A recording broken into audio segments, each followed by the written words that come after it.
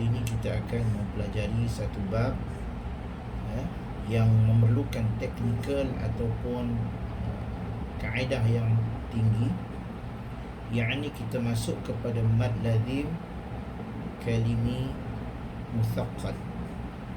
Mad lazim kalimi muthaqqal. Sebelum itu kita pergi kepada istilah mad lazim. Mad lazim. Okey. Kita pergi kepada istilah mad lazim. Okey, baiklah. Di dalam ilmu tajwid, bila kita sebut sahaja mad lazim, kita mesti mengetahui apakah itu mad lazim.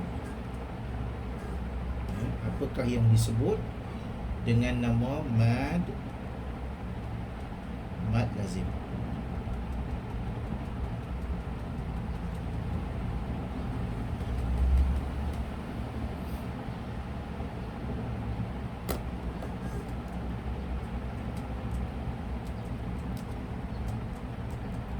Okey. Yang ni kita kena tahu dulu apakah yang disebutkan tentang mad lazim.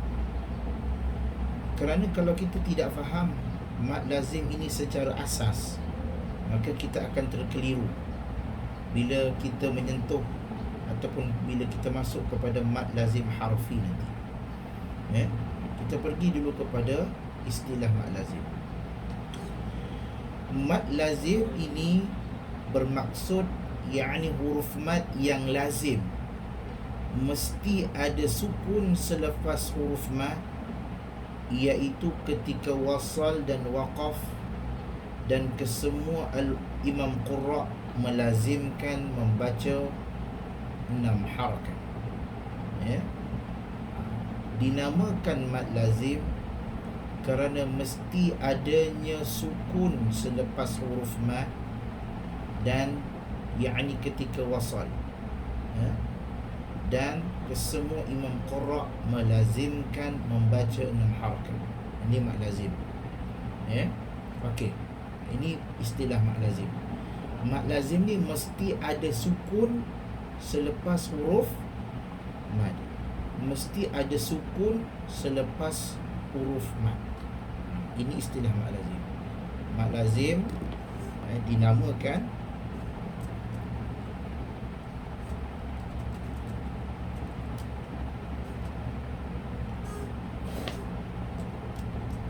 mad lazim kerana mesti ada sukun huruf sukun ketika selepas huruf mad. Selepas huruf mad. Nanti kita akan lihat apakah yang dimaksudkan dengan dinamakan ada sukun selepas huruf mad dan kesemua imam qurra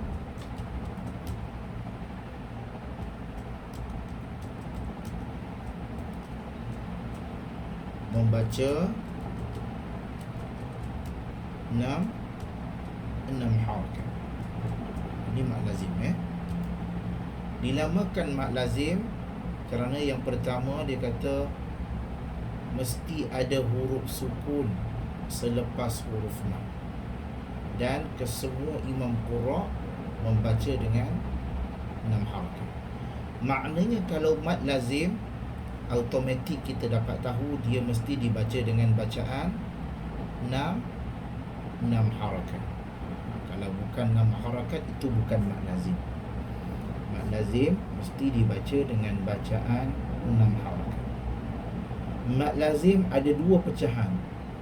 Satu dinamakan muthaqqal, satu lagi dinamakan mukhaffaf. Dia ada 2 pecahan. Mad lazim ada 2 pecahan. Satu dinamakan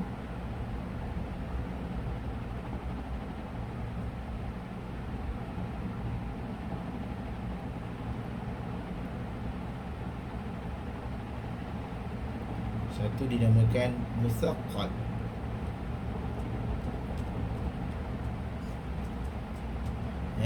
Ini yang pertama. Satu lagi kita namakan dia dengan mukhaffaf. Satu lagi kita namakan dia dengan mukhaffaf.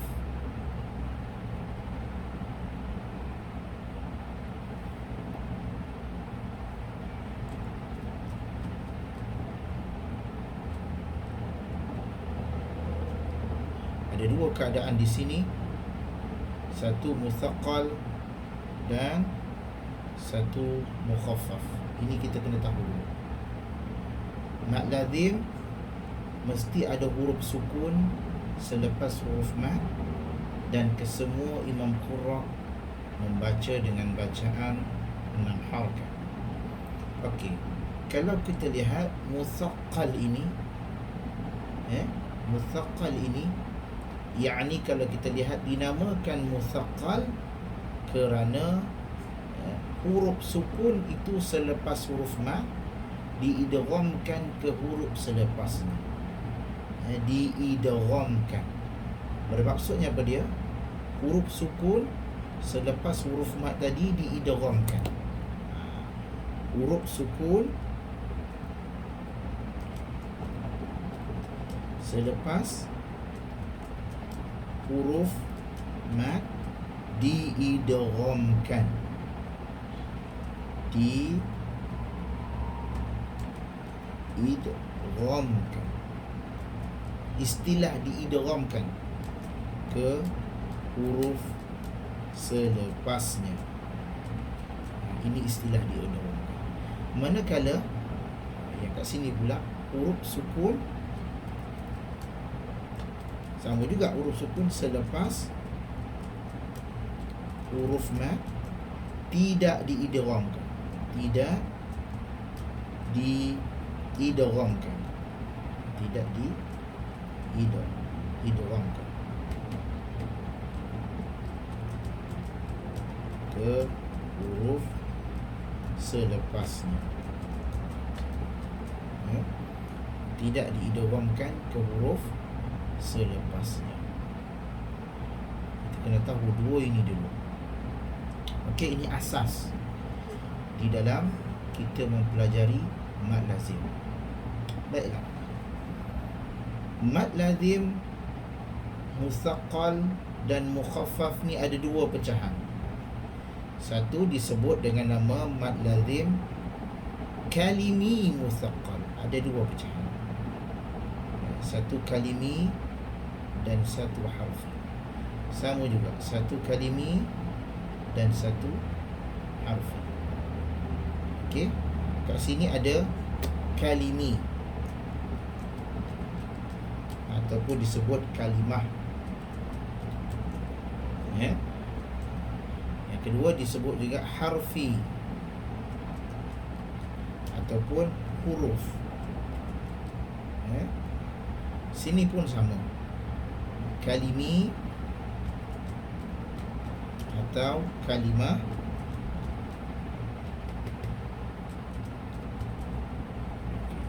Sini pun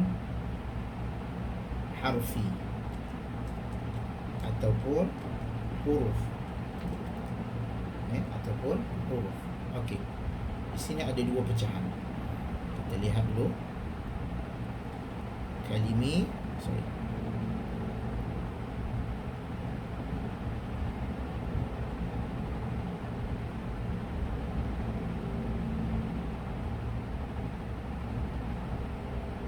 okey. Bila lihat kepada skrin yang saya telah tunjuk ni, fokus kepada skrin yang saya tunjuk. Kita ulang semula. Mad lazim ni, namanya mad lazim mesti ada huruf sukun selepas huruf mad, dan kesemua imam qurra membaca 6 harakat. Maknanya mad lazim ini mesti dibaca dengan 6 harakat. Mad lazim ni dipecah kepada dua. Satu muthaqqal, satu mukhaffaf. Muthaqqal ni pula huruf sukun selepas huruf mad tadi diidghamkan. Mukhaffaf dia tidak diidghamkan. Muthaqqal ini terpecah lagi kepada dua. Satu muthaqqal kalimi, satu muthaqqal harfi. Sama juga dengan mukhaffaf. Satu mukhaffaf yang ada kalimi, satu mukhaffaf yang ada harfi. Sekarang kita pergi kepada muthaqqal. Kita pergi kepada muthaqqal. Okey. Kita lihat kepada nota kita. Kita lihat.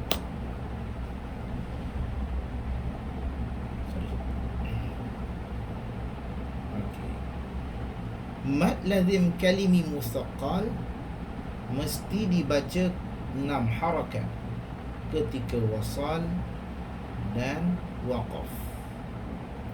Okey. Pada gambaran awal ataupun pada sisi awal asas kita nak tengok mana satu mad lazim. Mad lazim ni biasanya ada huruf mad dan selepasnya ada sabdu. Contoh, kita ambil surah Fatihah. Contoh kita ambil surah Fatihah. Kita bubuh kat sini, kita pilih surah Fatihah. Ya.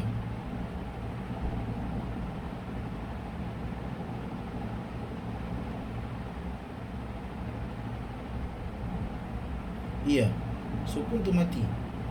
Kalau mati tu dia sebut sukun lah. Okay,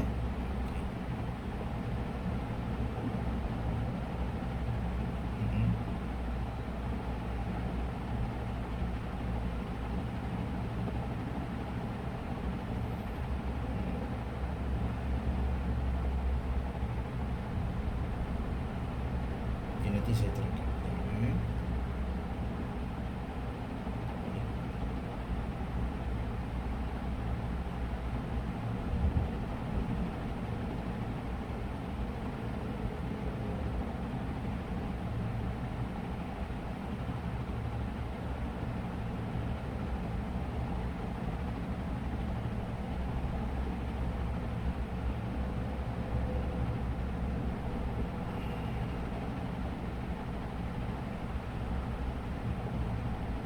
Okey. Saya terangkan kat sini.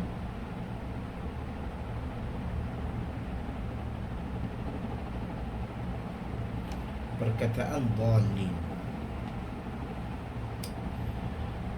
Asal kalimah dhalin kita tak nampak adanya huruf mati. Dia kata mad lazim mesti ada huruf sukun selepas huruf mad. Kat manalah huruf sukun tadi? Di sini dalam tulisan Al-Quran dia terpecah kepada dua bahagian. Dhalin asalnya adalah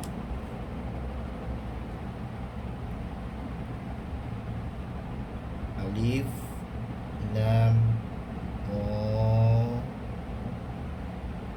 lam, lam, ya, nun. Ada lam yang mati dan lam yang hidup.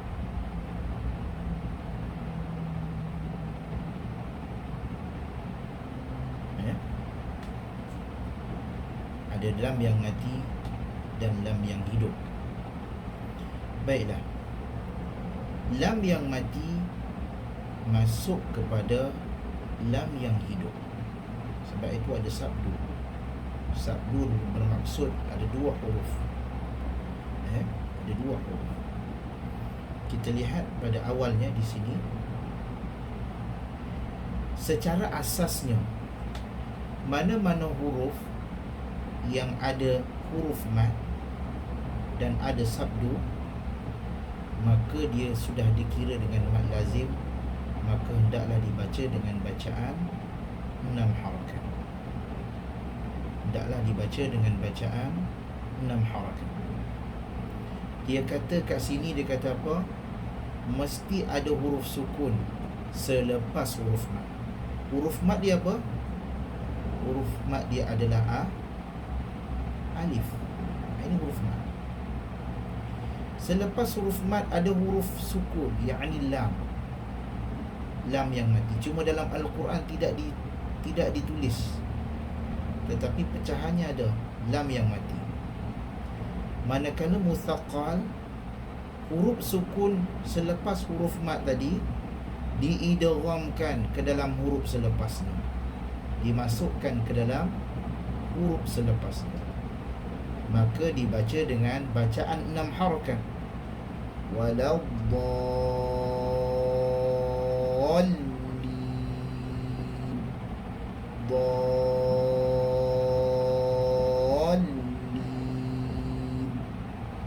ya.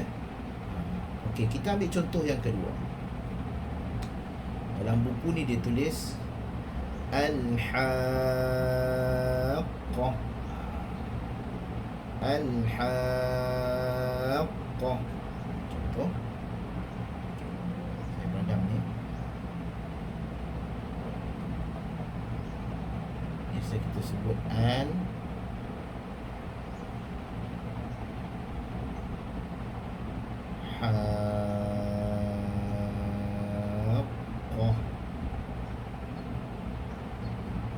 Okey, biasanya dia akan jadi macam ni.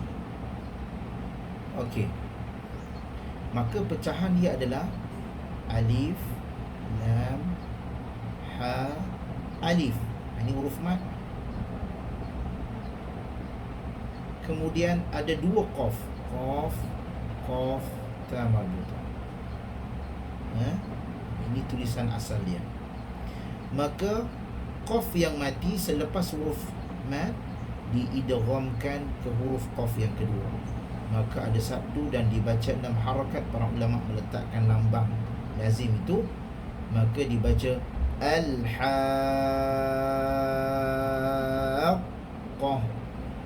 Sebab itu dia kata ada sukun. Tapi dalam tulisan Al-Quran sekarang tak nampaklah sukun tu. Bila dipecahkan barulah ada sukun. Itu maksud dia. Diidghamkan. Mesti kena ingat, diidghamkan. Idgham ni maksudnya apa? Dimasukkan. Idgham ni maksudnya masuk. Kalau dengung baru gunnah, baru dengung. Idgham masuk, dia tak dengung. Masuk, dimasukkan. Cuma kalau andai kata huruf yang dimasukkan itu nun bersabdu, kena dengunglah, seperti yang kita lihat dalam tulisan ni. Contoh, atuhajjunni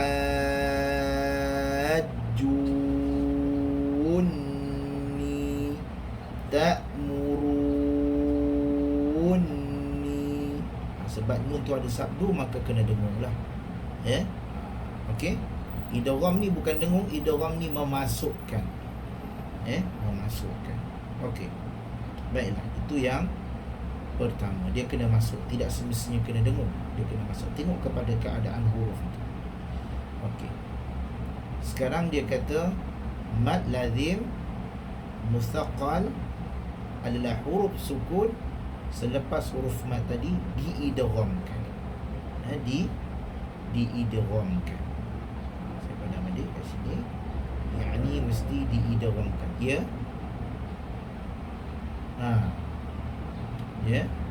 Diidghamkan. Bermaksud, saya sebagai contoh saya tulis lagi sebagai pemudahnya, yakni cara menulisnya, macam mana kita nak tahu huruf itu mati, adalah dengan ada 2 huruf yang sabdu. Contoh, ad-dha, ada 2 lam. Lam, ya, nun. Lam yang mati dan lam yang baris bawah. Di sini yang pertama sekali ini huruf mat, dan yang kedua ini huruf lam yang mati. Maka diidghamkan lam yang mati tadi ke dalam lam yang seterusnya, maka dibaca dengan bacaan waladdallin.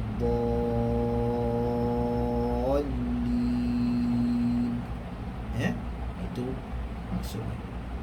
Cara mudah ataupun kita nak tahu mad lazim ini, biasanya kalau ada huruf mat dan ada lambang begini, selepasnya ada sabdu. Maka mesti dibaca dengan bacaan 6 harakat. mesti dibaca dengan bacaan 6 harakat. Ini namanya mad lazim kalimi ataupun kalimah, perkataan musaqqal. Musaqqal. Okey. Ini bab yang pertama. Ini bab yang pertama. Okey, sekarang kita pergi kepada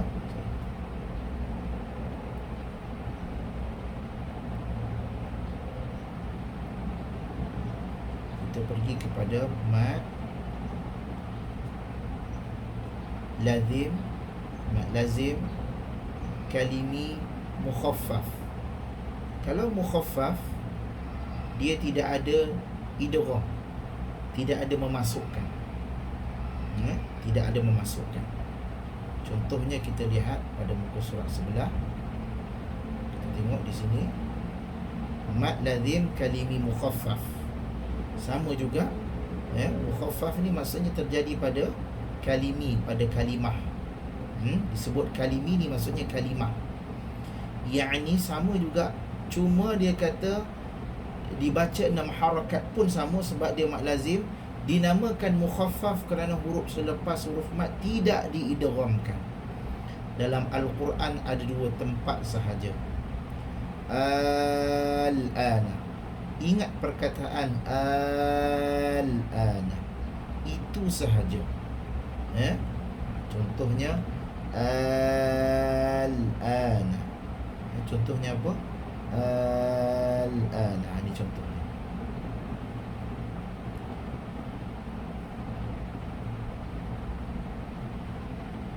Dua tempat sahaja.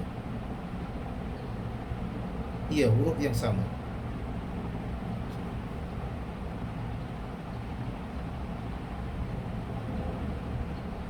Huruf yang sama.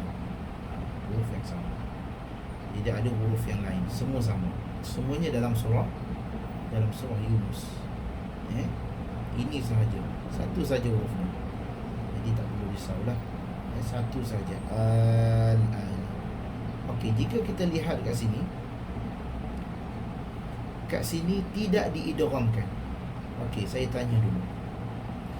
Di manakah huruf mad? Di manakah huruf mad? Ya. Di manakah huruf mad? Yakni huruf alif. Saya tunggu kat sini.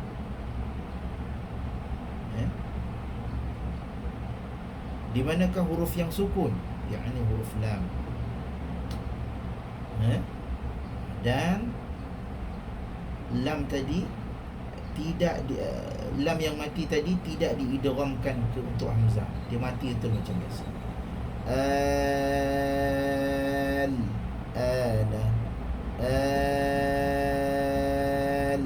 Al-ana. Maka sebab itu dibaca dia dengan bacaan 6 harakat. Dibaca dia dengan bacaan 6 harakat. Cuma tidak ada idgham. Bila lam bertemu dengan hamzah, tak ada idgham lah. Tidak boleh masuk. Tak boleh baca ana, tak boleh. Sebab lam tadi tidak diidghamkan. Dibaca dengan bacaan 6 harakat sahaja.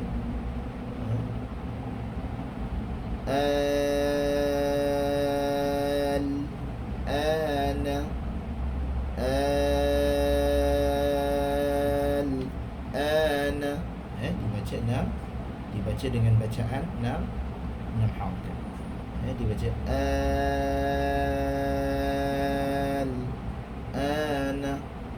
Hanya ada 2 tempat sahaja di dalam Al-Quran. Dalam Al-Quran hanya ada 2 tempat sahaja.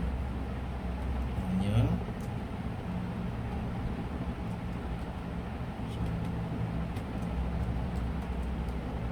ada 2 tempat sahaja dalam Al-Quran. Dalam Al-Quran hanya ada 2 tempat sahaja. Kalau kalimi ni maksudnya kalimah lah. Cuma kat sini ada sabdu, kat sini tak ada sabdu. Cara mudah dia nak lihat, di sini ada sabdu. Kalau kat sini tak ada sabdu. Tak ada. Huruf mat tak ada sabdu. Kalau kat sini huruf mat dia ada sabdu selepas. Maknanya ada berlaku idgham kat situ. Wallahu ta'ala a'lam. Maka yang pertama sekali mesti kena baca dengan bacaan 2 harakat. Itu mesti kita kena tahulah, dibaca dengan bacaan 2 harakat. Yang kedua, huruf kalimi ni maksudnya kalimah. Huruf kalimi ni maksudnya kalimah. Mad lazim dibaca dengan 6 harakat. Kalimi maksudnya kalimah. Bila mustaqal maksudnya ada unsur idgham kat situ ataupun diidghamkan, manakala mukhaffaf tidak diidghamkan. Tidak ada kemasukan, memasukkan tidak ada di situ. Maka di sini kita dapat tahu kalau ada idgham maka ditekan sedikit. Contoh, waladdallin,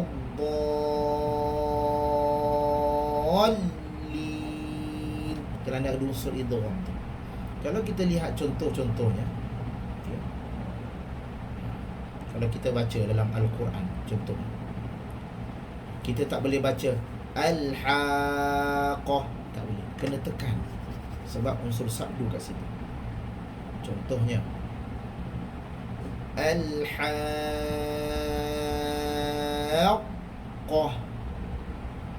Al-Haqqah, dia kena tekan. Sawaffa, Sawaffa,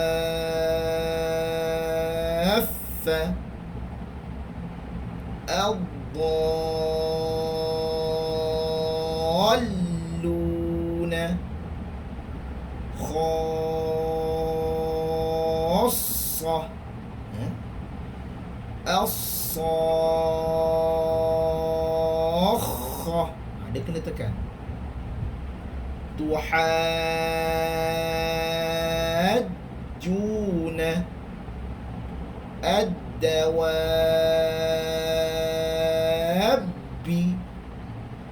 Yuhajjukum,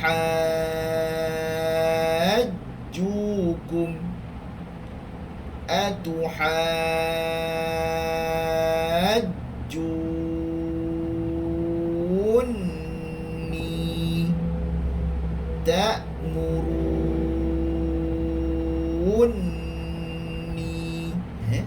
Dia ada tekan. Mesti kena tekan. Macam kita baca surah Fatihah pun sama. Ghairil maghdubi alaihim waladdallin.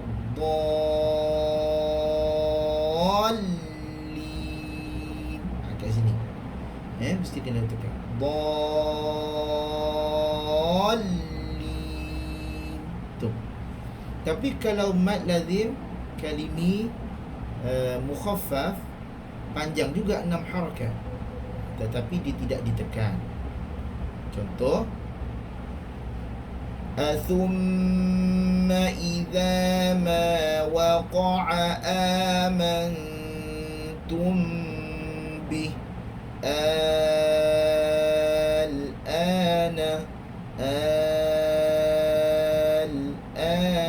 Lam ini dibaca dengan jelas. Al-ana,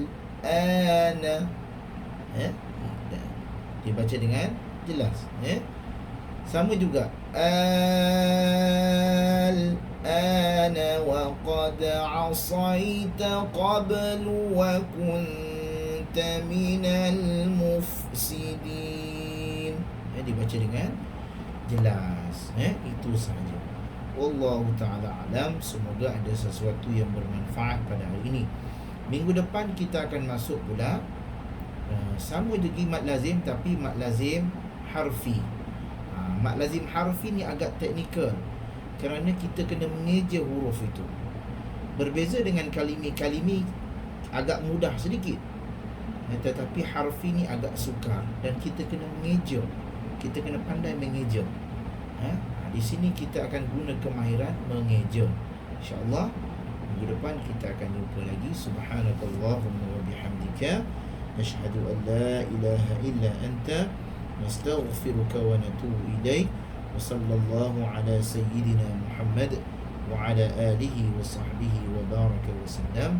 Walhamdulillahi rabbil alamin. InsyaAllah kita jumpa lagi.